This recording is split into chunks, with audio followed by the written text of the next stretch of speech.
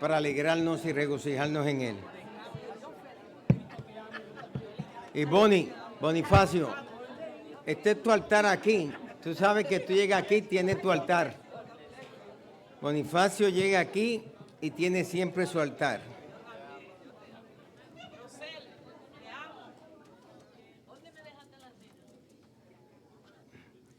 Pueden ocupar los asientos. Voy a intentar en los próximos minutos compartir algo. Creo que será la segunda vez que estaré compartiendo esto. Lo compartí en una asamblea de ministros, pero le daré otro contexto con ustedes. Y les quiero invitar a que nos acerquemos a Jeremías capítulo 35, versículo 8. Sé que hay otras cosas que van dentro del programa, pero hoy estamos celebrando el Día de los Padres. Para mí el año 49 de los Padres, que voy a estar sin mi esposa celebrando el Día de los Padres, pero tengo a mi hija que nació en el 1976 y estoy celebrando el Día de los Padres desde que tú naciste. Wow. 49 años celebrando el Día de los Padres, efectivamente he estado. Dice la Escritura en Jeremías 35:8. Y nosotros hemos obedecido a la voz de nuestro padre Jonadab, hijo de Recab, en todas las cosas que nos mandó, de no beber vino en todos nuestros días, ni nosotros, ni nuestras mujeres, ni nuestros hijos, ni nuestras hijas. Y quisiera titularlo, Los Recabitas honrando a Jonadab. La historia que tenemos aquí delante es una de esas historias que si uno no analiza bien el contexto de la misma, puede uno quizás errar en una interpretación. Es una historia que menciona a un grupo conocido como los Recabitas. Era una tribu que se interna dentro de las tribus que son de Israel. Jonadab, quien se ve como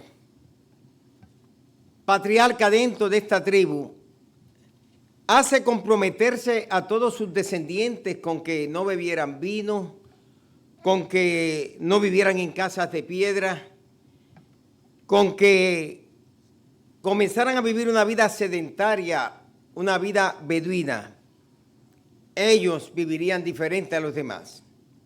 Un encargo que él como padre puso a sus hijos y sus hijos a los hijos, y por generaciones eso se llevaría a cabo. Los recabitas tienen un trasfondo histórico. Por ejemplo, dice que eran descendientes de los ceneos, y hay un lugar específicamente, Primera de Crónicas 2:55, se menciona a los tirateos, los simateos, los sucateos, nombres raros, pero al final deja ver que los ceneos descienden de este grupo. Nos encontramos en Números 10:29 que Moisés está hablando con su cuñado, conocido como Obad el ceneo. Y era hijo de Raguel el madianita, el padre de la esposa de Moisés. Y básicamente, para resumir la historia, Moisés le dice a Obad: mira, Obad, acompáñanos y ven con nosotros. Tú conoces el desierto, tú conoces el camino del desierto, y contigo llegaremos bien. Tú puedes ser nuestro guía, nuestro scout, tú puedes ser quien nos ayude por el desierto. Felipe hablaba conmigo y en uno de los sermones yo hablo específicamente de él. Dios le había dado la llama de fuego, Dios le había dado la nube, Dios estaba dirigiendo al pueblo. Pero aquí vemos la manera natural en la cual Moisés tiene que depender de Obad. Moisés, aunque se forme en el desierto, no conocía el desierto tan bien como lo conocía Obad. Obad era del desierto, un beduino del desierto.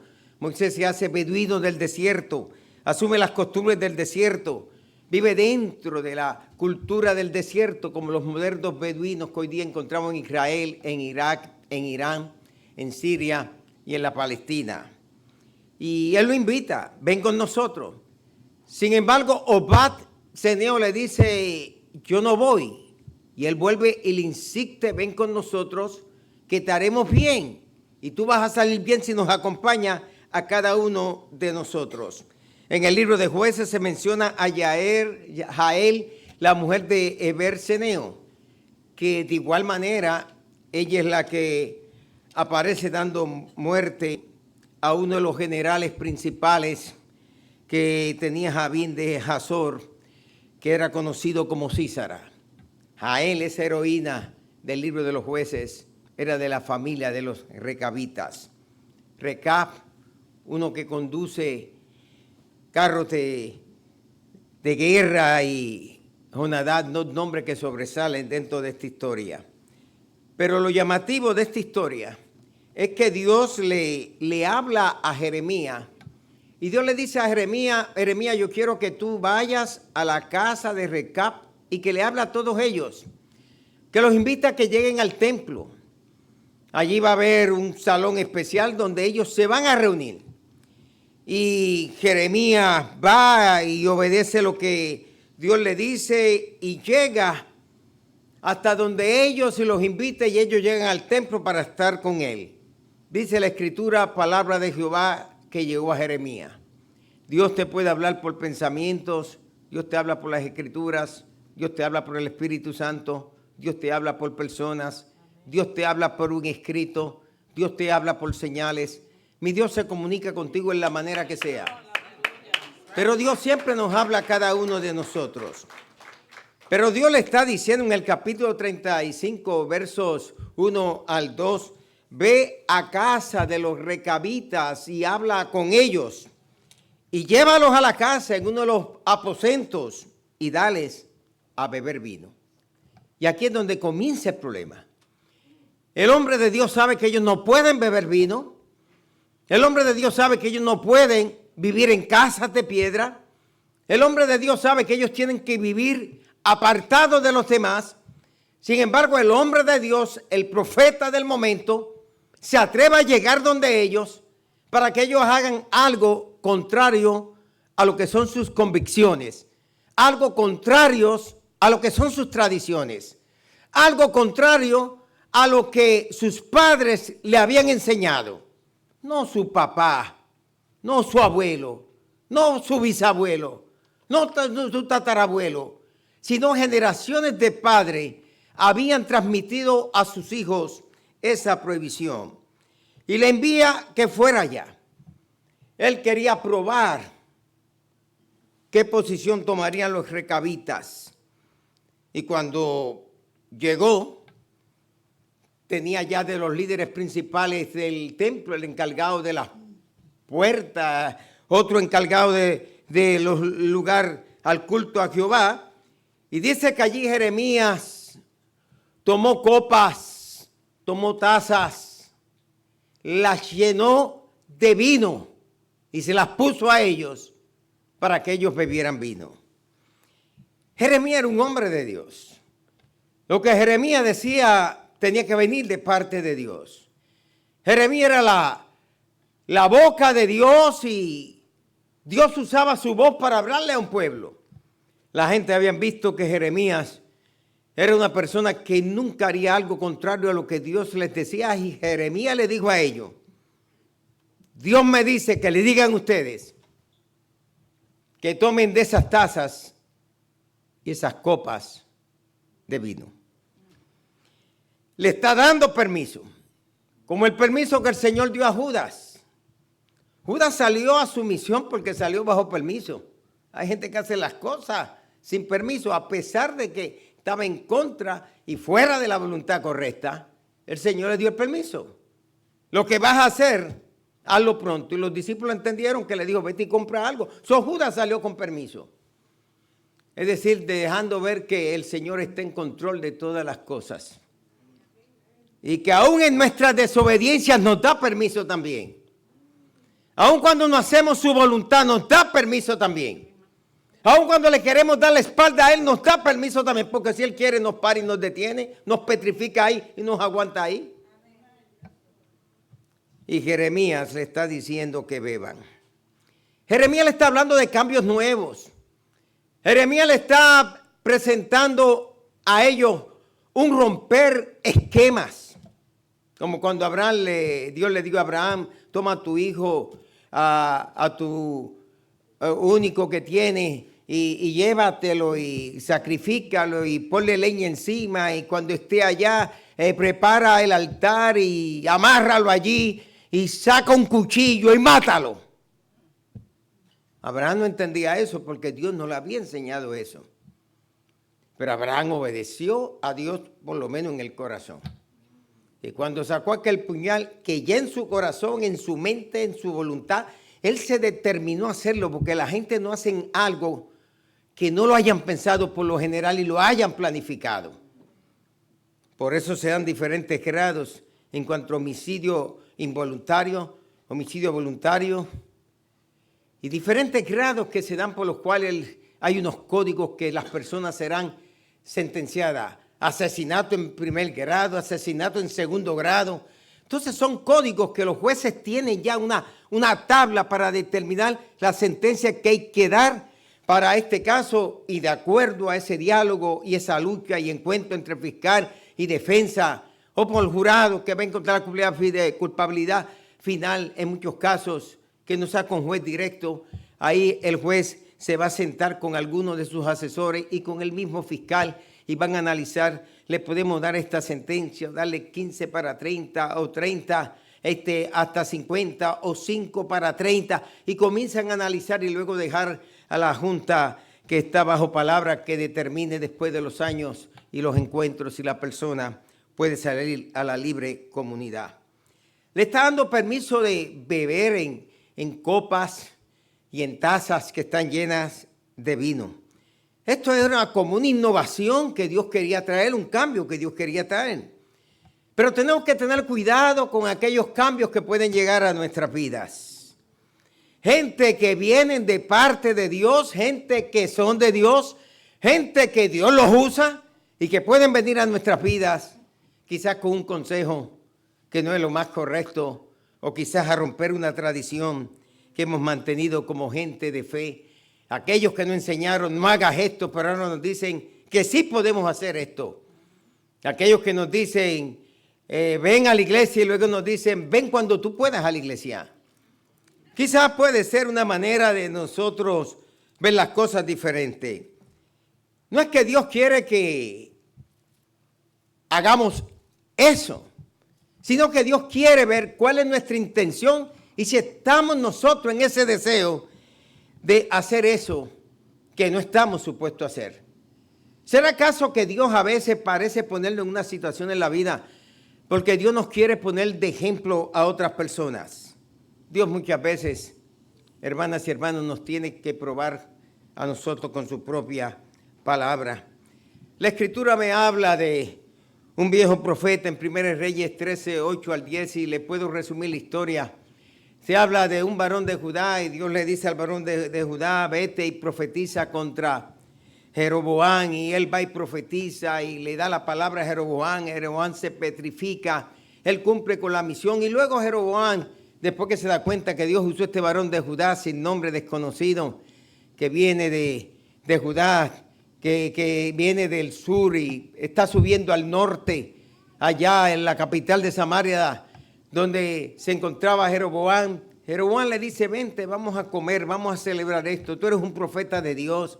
He visto como Dios te usó cuando dirigiste esa palabra y detente, mi brazo se petrificó. Vente, vamos a comer. Y el varón de Judá le dice, no, papá, yo no puedo detenerme en el camino. Yo hice la misión, yo tengo que regresar, no puedo pasar por ahí y no puedo ir a comer contigo. Lo siento mucho, caballero. Aunque tú seas rey, no puedo comer contigo. Pero allá se le comunica a un viejo profeta. Significa que había sido un profeta de antigüedad, un profeta de años. Un profeta que quizás por su edad estaba un poco inactivo.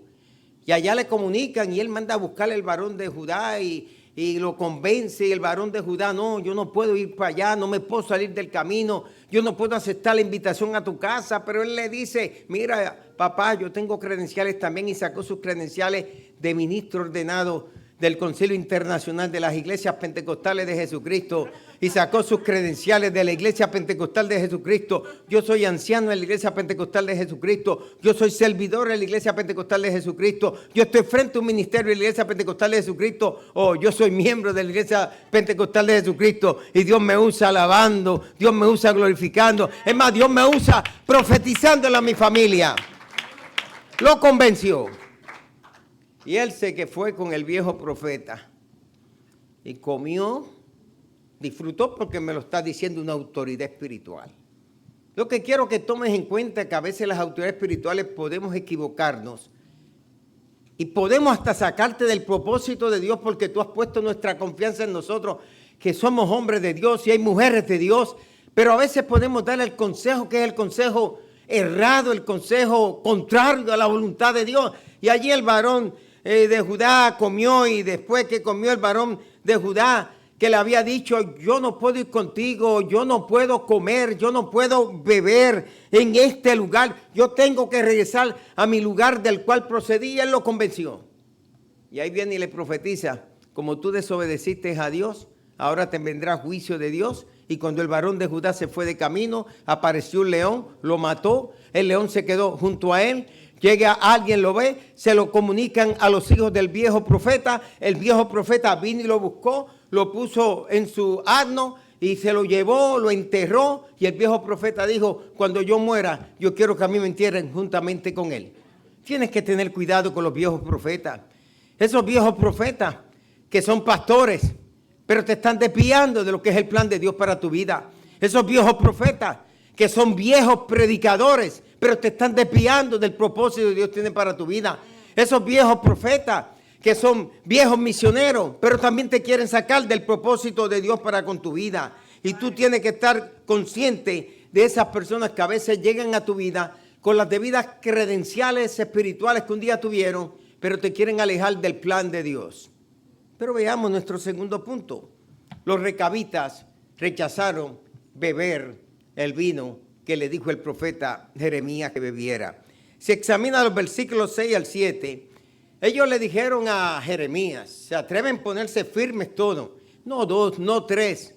Eso era por unanimidad, un voto unánime de todos los que están allí.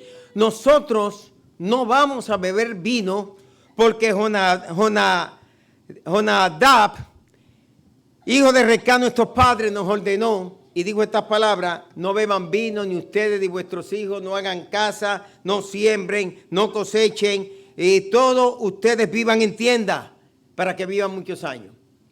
Lo extraordinario de esto, que cuando Jonadab dio estas palabras, las dio 240, 250 años antes, casi 3 siglos antes. Jonadab le dijo a ellos, el hijo de Recab. Y aunque el nombre no se le da a esa tribu, el nombre de Jonadab, hubieran sido los jonabadeses, pero sí se le da el nombre de Recab, porque con Recab comienza esa tribu. Y sin embargo, Jonadab fue el que 240, 250 años, un cuarto de milenio antes, casi 3 siglos, le dijo: ustedes no pueden comer vino, ustedes no pueden vivir en casas de piedra, ustedes no pueden ser agricultores, ustedes no pueden hacer esto, ustedes no pueden hacer aquello, ustedes no pueden hacer lo otro.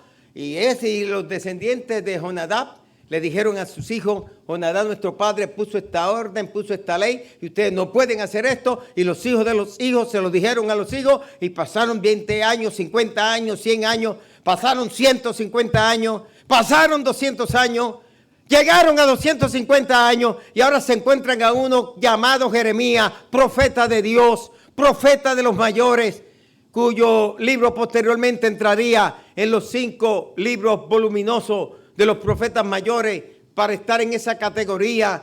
Sin embargo, ahora vino el profeta de Dios y le dice: ustedes pueden beber vino, y ellos tienen que hacer una decisión: o hacemos caso al profeta de Dios, que es un hombre espiritual, o nos dejamos llevar por la tradición de nuestro padre Jonadab, que vivió hace 250 años, pero este nos está hablando ahora en el presente. Nuestro padre nos dio una orden antes en el pasado, y como los tiempos cambian, creo que nosotros también podemos cambiar. Siempre hay que recordar que lo que un padre sembró en nuestros corazones, la manera que un padre nos crió, los principios que un padre nos aportó, eso debe quedar profundamente grabado en nuestra vida. Y no importa las generaciones que pasen, tenemos que honrar a nuestros padres.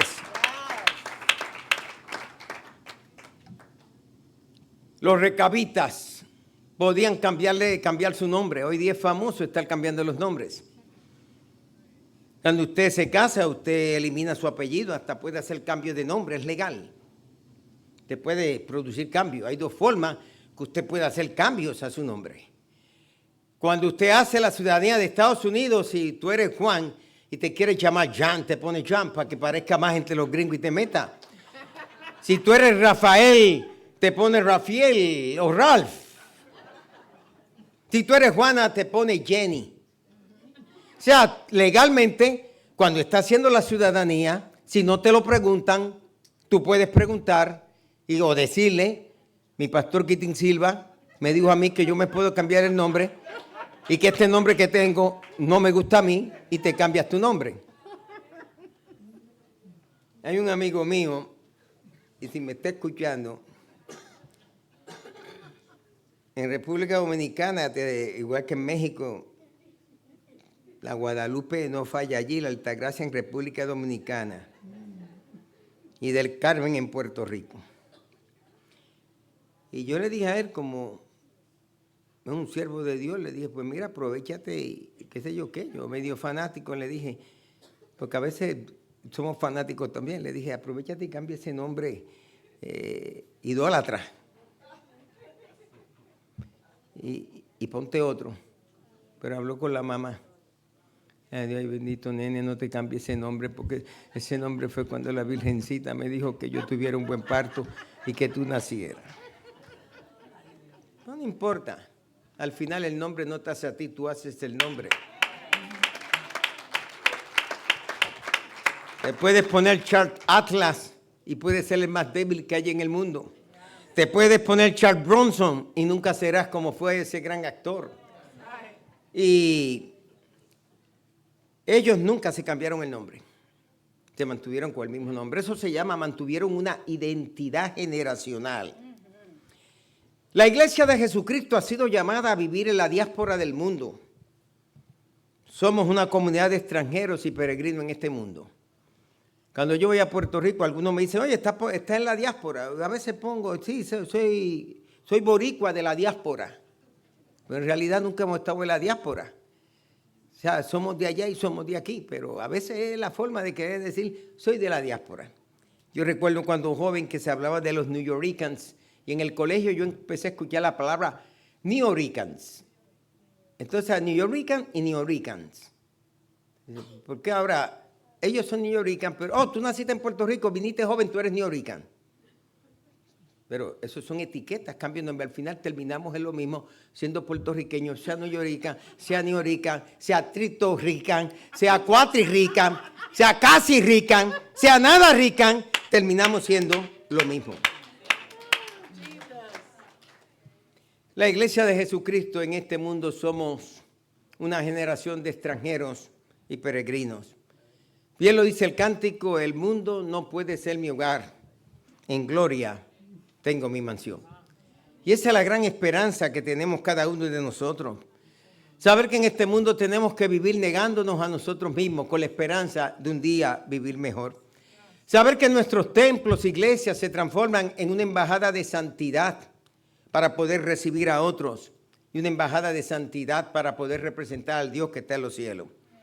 En estos días una predicadora, una pastora respetada en mi isla de Puerto Rico, René creció con ella, y cuando René ya era un predicador, ella no era predicadora en la misma iglesia, y puso que cualquiera que sea indocumentado esté ilegal, por lo menos indocumentado, una palabra más fina, que esté ilegal.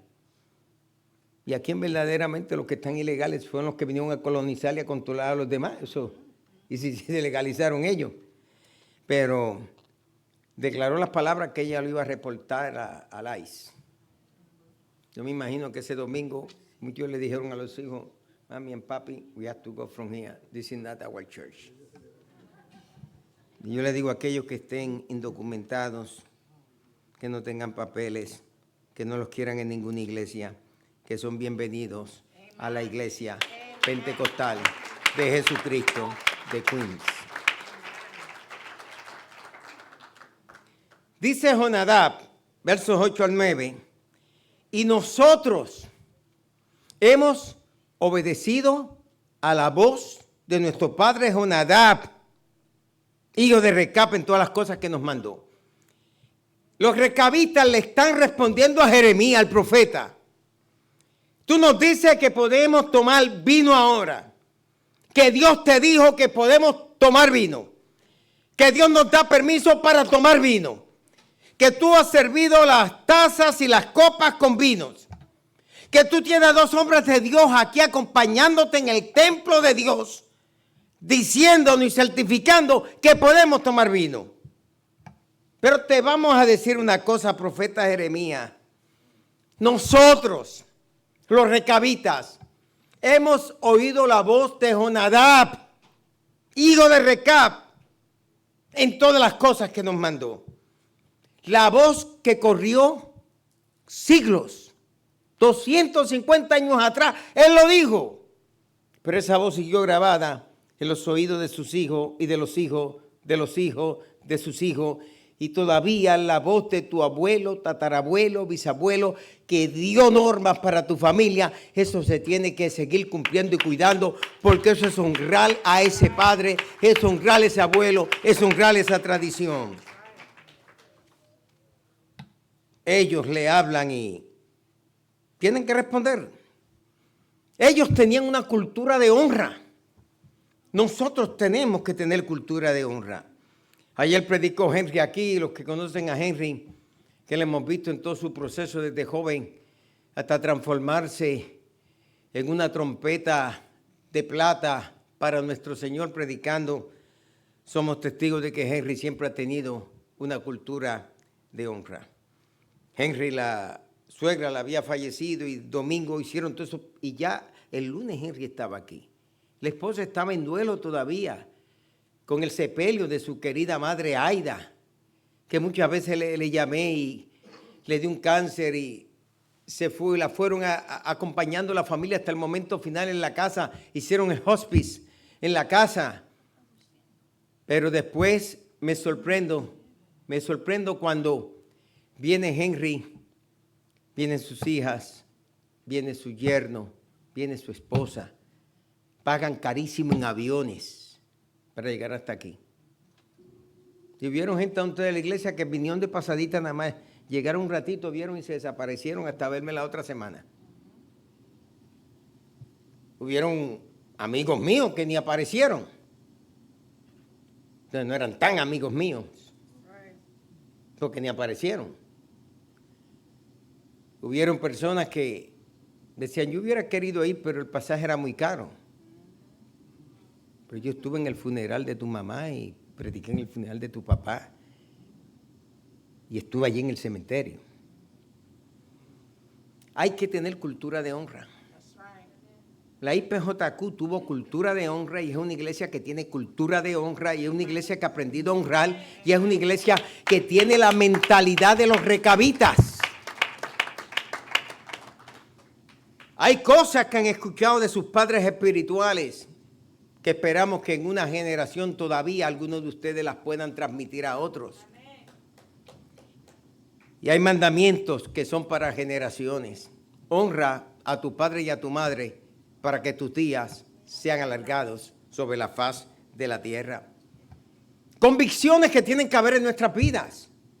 Daniel y sus amigos estuvieron firmes en su convicción delante de Nabucodonosor.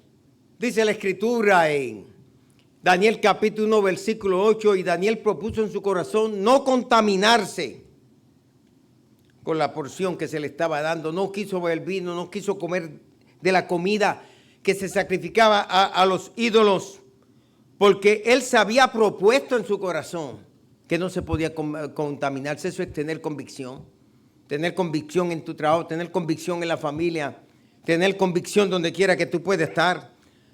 Los amigos de Daniel, Ananías, Misael y Azarías, Sadrach, Mesach y Abednego, en el capítulo 3, versos 16 al 18, fueron gente de convicciones. Y Nabucodonosor le dijo, por favor, hagan algo. Ustedes no tienen que terminar en un horno de fuego. Y ellos dijeron, no es necesario que nosotros te podamos responder sobre este asunto. Y aquí nuestro Dios, a quien servimos, puede librarnos del horno de fuego. Eso es esperanza. Creemos que Él nos puede librar. Y si no nos libra del horno de fuego con todo y eso, nosotros nunca vamos a adorar a tus dioses, ni vamos a doblar nuestras rodillas a la estatua que has levantado. Que responda a Dios o no responda a Dios, Dios sigue siendo Dios. Haga el milagro o no haga el milagro Dios, Dios sigue siendo Dios. Y eso se llama tener convicciones. Más adelante vemos a Daniel. Hay pruebas en la vida que tú tienes que entrar solo al foso de los leones. Pero hay pruebas en la vida que tú tienes que entrar acompañado al horno de fuego.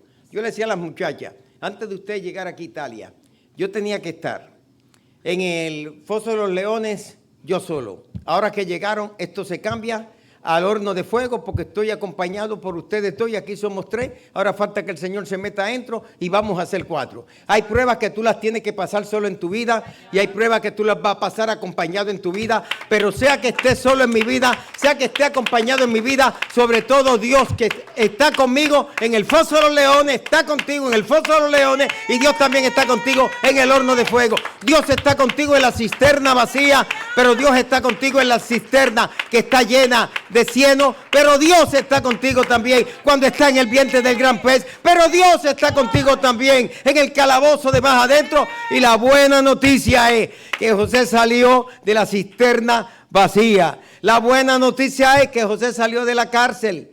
La buena noticia es que Jonás fue vomitado por el gran pez. La buena noticia es que Pablo salió del calabozo de más adentro. Y la buena noticia es que Jesús de Nazaret al tercer día resucitó y salió del sepulcro. Vamos a salir de allí. José tuvo su convicción. Pero quiero que observemos los versos 12 al 13. Dice... Y vino palabra de Jehová de Nehemías diciéndole, así dice Jehová de los ejércitos de Israel.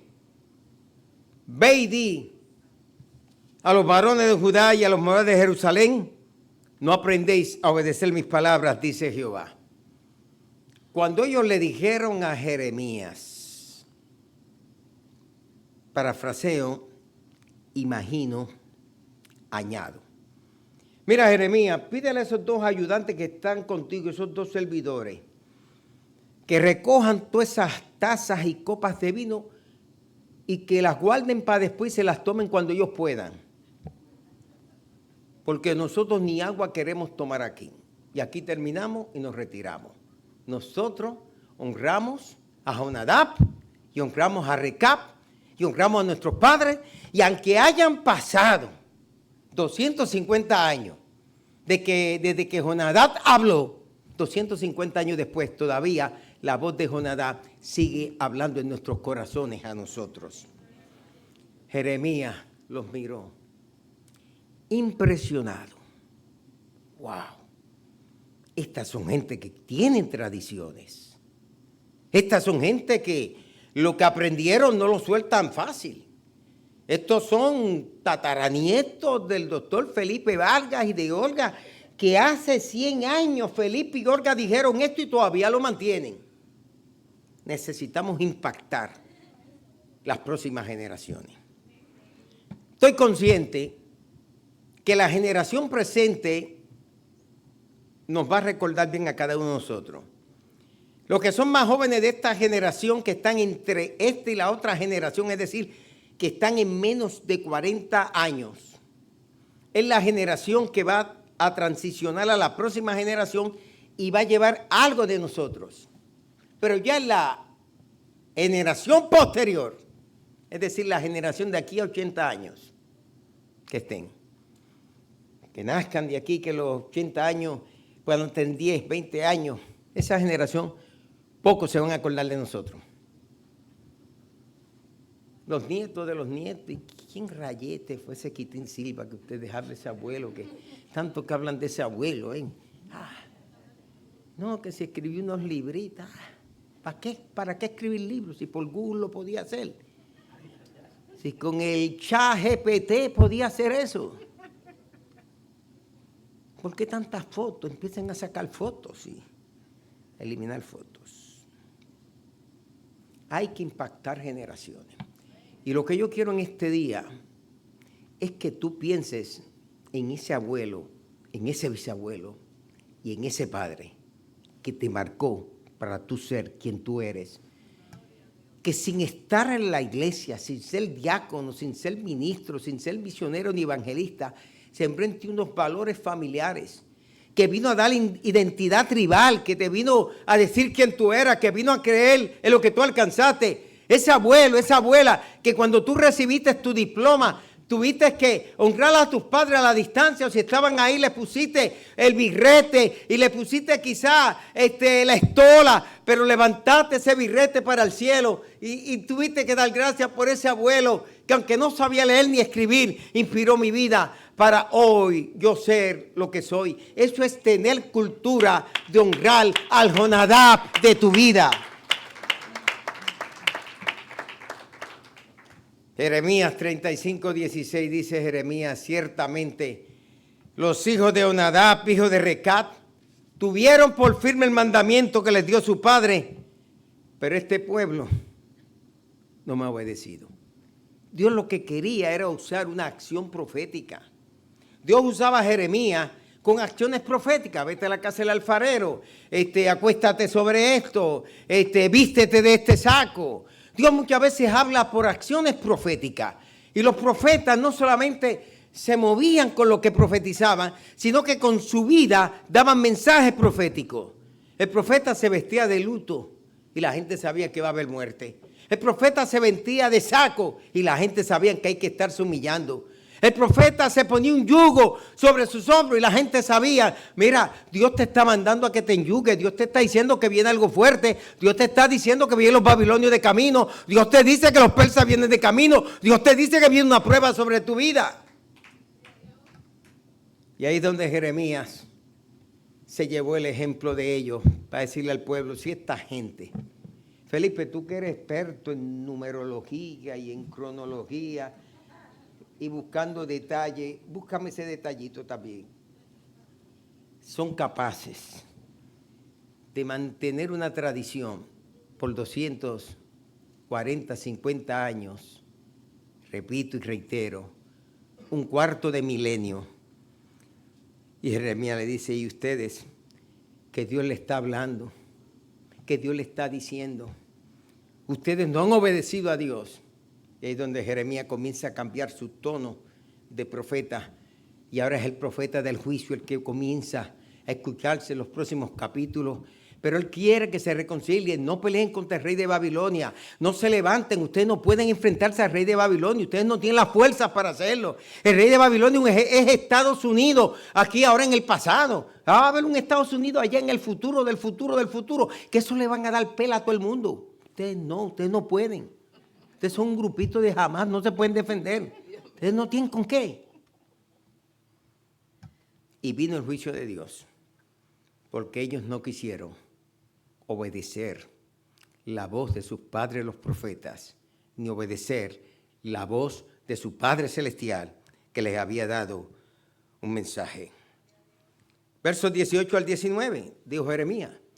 Así ha dicho Jehová de los ejércitos, Dios de Israel, por cuanto obedeciste el mandamiento de Jonadab, vuestro padre, y guardaste todos sus mandamientos. Felipe, tú que estás fuerte en los mandamientos, todos sus mandamientos.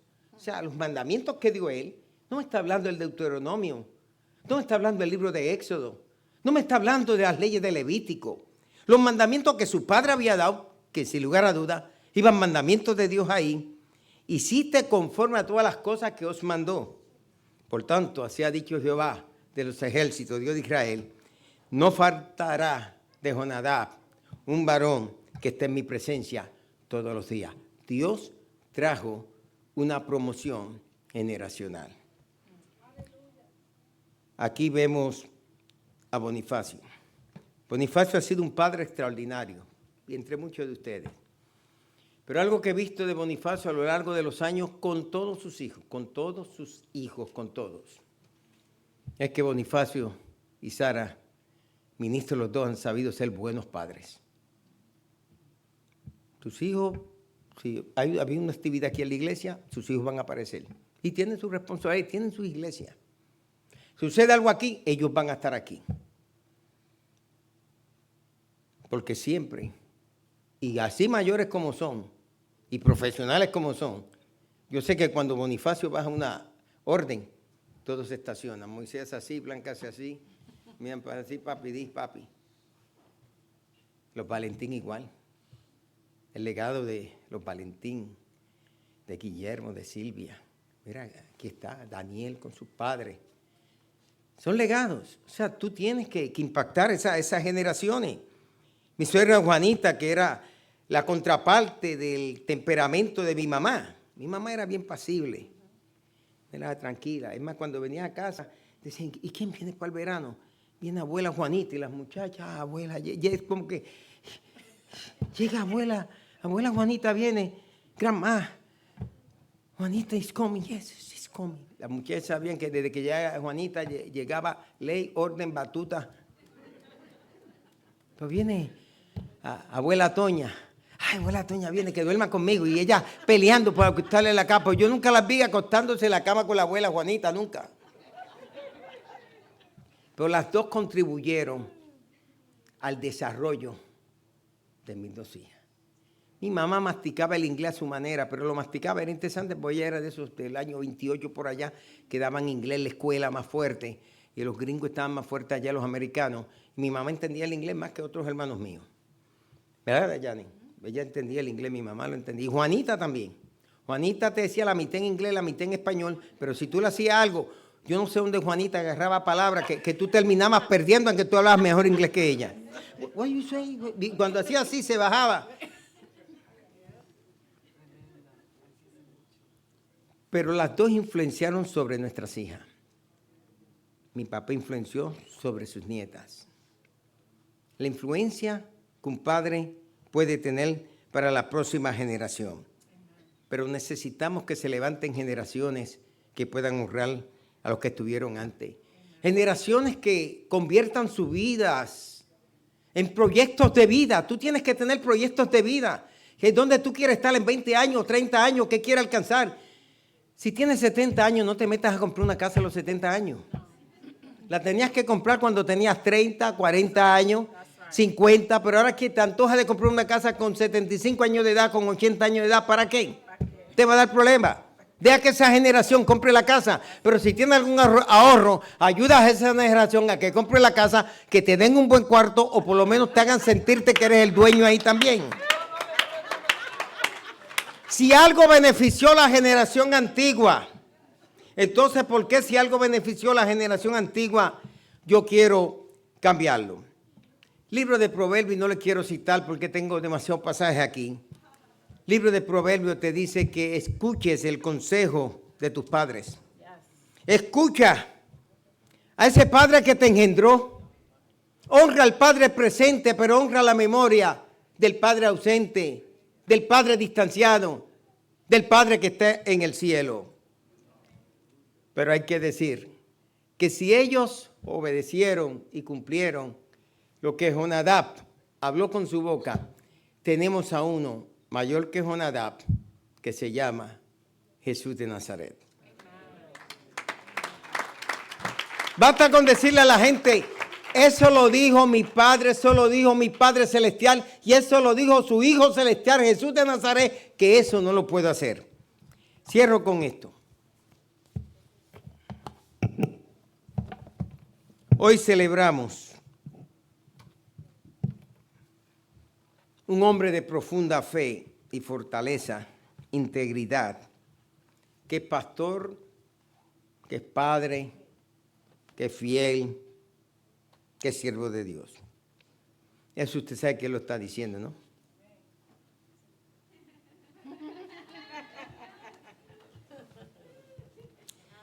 La que tomó el lugar de su mamá. Tu vida sigue siendo un testimonio vivo de la gracia de Dios. Y en tu cumpleaños honramos todo. Todo lo que eres, todo lo que sigues siendo para tanto. Sé que este año es diferente. Es tu primer cumpleaños sin mami a tu lado. Viene el primer cumpleaños, el primer aniversario de bodas, el primer día de las madres, la primera Navidad, el primer cumpleaños de ella. Todo viene a ser el primero. Cuando un ser querido se te va a tu lado, todo va a ser ese primer día. Ahora viene el día, fíjate, ahora estoy contando, estamos al 14, en 6 días más cumple 4 meses. Pues va a llegar el momento que no voy a contar ya meses. Pero durante el proceso de un duelo, los primeros 6 meses, dicen los expertos, y yo repito en el libro que escribí de la muerte y la esperanza, que aún en nuestro proceso, ¿verdad, Yanni? Yo me tuve que sentar a leerme el libro, mi propio libro, yo me lo estoy leyendo, pues, autosanación y autoterapia personal. Ahora yo estoy leyéndome mi libro y me estoy aplicando a mi libro. Y dije, fíjate, pero en mi libro yo no escribí esto. Ahora yo digo, pues fíjate, yo hice bien los análisis, apliqué la psicología que me enseñaron de Elizabeth Kubler-Ross en la universidad, analicé los sermones que tienen que ver sobre personajes de la Biblia fallecidos en el Antiguo y Nuevo Testamento, que ese libro es todo lidiando de cómo ellos lidiaron con su duelo y con su proceso de luto. Duelo es interno hacia adentro, luto es expresivo hacia afuera. El luto es como visto, el duelo es como me siento. Entonces tú no puedes ver una persona con el luto por fuera, pero puedes darte cuenta que la persona tiene un duelo por dentro. Eso está ahí porque hay un proceso de luto en la iglesia. Están los banderines violetas afuera diciéndole a la comunidad que hay un proceso de luto en la iglesia porque la pastora ya no está. Y Yanni declara, en tu primer cumpleaños sin mami a tu lado. Pero te digo, Yanni, pero estás tú.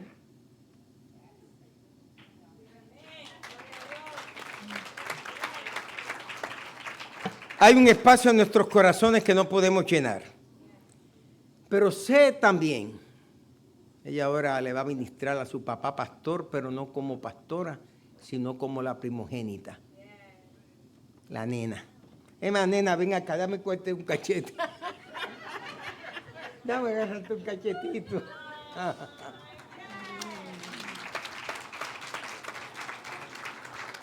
Entonces a disfrutar, porque yo a mis hijas le agarro los cachetes, ¿no? Yo a mis hijas las vacilo. Llegan a la casa y cuando los nietos ven eso, hacen así. Pues yo a mis hijas las agarro por los cachetes y las vacilo. Son mis hijas. Tú tienes que darle cariño a tus hijos, a tus hijas. Padres fríos, secos, que por favor. Tú tienes que enseñarles que tus hijos sientan que tú eres quien eres, pero le des ese cariño. Sé que su amor aún te rodea en los recuerdos del legado y en cada oración que hace. Nos enseñaste a mantenernos firmes en la fe durante los momentos difíciles. Hoy oro para que esa misma fe te envuelva con dulzura y fuerza. Mientras continúas recorriendo este camino con valentía y propósito, ellas me vieron firme, besando el cuerpo frío, congelado, inerte de su mamá. Me vieron con la misma firmeza honrando a su mamá cuando la prepararon y le hicimos el funeral en Italia. Y las dos juntas estuvieron conmigo oficiando un funeral extraordinario, ¿no? Allá es caja abierta, pero allí estuvimos. Que este cumpleaños te traiga momentos de paz, alegría y recordatorio de que eres profundamente amado. Y yo sé, no solo por ellos, yo sé que ustedes también nos aman. Llamaron a Rosa y me aman a mí. Y un legado que está ahí, que tienen de su nuevo padre, Jonadab, de que transmitan a las próximas generaciones que un día hubo un Jonadab y una voz de Jonadab que marcó generaciones.